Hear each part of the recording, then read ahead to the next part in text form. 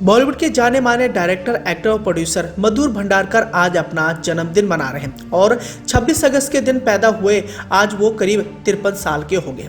मधुर भंडारकर की बात करें तो इन्होंने न सिर्फ कई सारी बड़ी फिल्मों का निर्माण किया है, बल्कि इन्होंने अपने एक्टिंग का दमखम भी दिखाया, लेकिन बतौर एक्टर इन्हें कामयाबी नहीं मिल पाई। यहाँ हम आपको इस बात की जानकारी देना चाहेंगे कि रंगीला से बतौर एक्टर अपने करियर की शुरुआत करने वाले मधुर भंडारकर आज किसी पहचान की मोहताज नहीं है। इस फिल्म के बाद उन्होंने एक्टिंग नहीं बल्कि डायरेक्शन की दुनिया में अपना करियर बनाया। वैसे देखा जाए मधुर भंडारकर ने अपने शानदार फिल्मी सफर के दौरान कई सारी बड़ी फिल्मों का निर्माण किया है, लेकिन ज्यादातर उनकी फिल्में सोशल मुद्दों पर ही बेस्ड हुआ करती थी।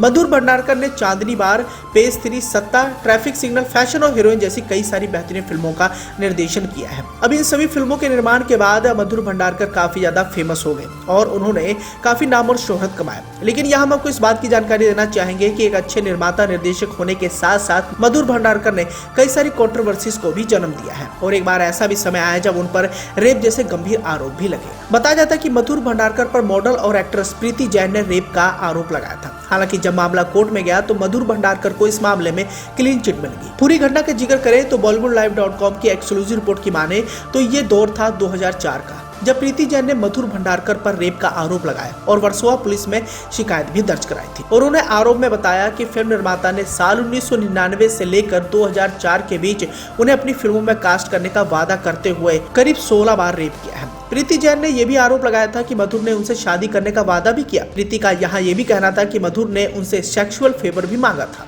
अब 2011 में पुलिस ने एक रिपोर्ट में दर्ज की जिसमें यह कहा गया कि फिल्म निर्माता के खिलाफ दावा दुर्भावनापूर्ण रूप से झूठा था। कोर्ट ने इस रिपोर्ट को बेबुनियाद बताया। मुंबई हाई कोर्ट ने मधुर भंडारकर के खिलाफ मुकदमा जारी रखने के मजिस्ट्रियल कोर्ट के फैसले की पुष्टि भी की और 2011 में मुंबई हाई कोर्ट ने मधुर भंडारकर को मामले में मुकदमे का सामना करने के लिए कहा।